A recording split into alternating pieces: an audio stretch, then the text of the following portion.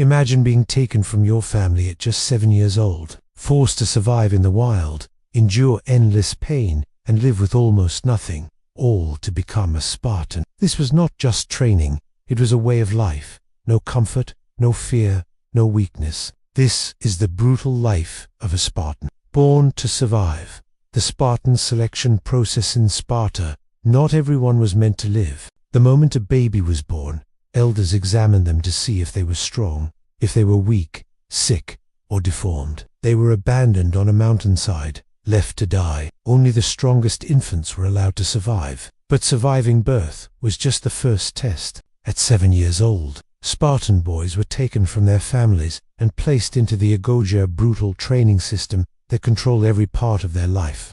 From this point on, their only purpose was to become the strongest men in Sparta. The Agoge, the harshest training in history. Step 1. The art of hardship. If they wanted more food, they had to steal, but if they got caught, they were severely punished. The boys were thrown into a world of discipline and suffering. They were given no shoes, forced to run barefoot on rocky terrain. They slept on cold, hard ground, often without blankets. Their clothes, only a single cloak, no matter how cold it was. They were deliberately underfed to teach them how to endure hunger. They were taught never to complain, never to cry, and never to show weakness. Step 2. Strength and endurance.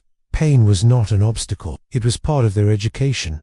As they grew older, the training became even harsher. Spartans were whipped regularly, not as punishment, but to make them immune to pain. Some boys died from the beatings, but it was seen as a necessary sacrifice. They exercised every single day, practicing running, jumping, wrestling, and carrying heavy loads. Every part of their body had to be strong. They were trained to hold perfect posture at all times. Slouching or showing fatigue meant more punishment. They weren't just trained physically, they were also taught discipline, strategy, and a true Spartan was not just strong, he had to be completely unbreakable. Step 3. Surviving alone in the wild, ages 18 to 20. This was the final test, to prove they were truly. At 18, Spartan boys were sent into the wilderness alone with nothing but a knife. They had to hunt, build shelter, and survive off the land with no help. If they failed, they weren't fit to be Spartans. Those who succeeded would officially enter the ranks of Spartan society. No comfort, no luxury.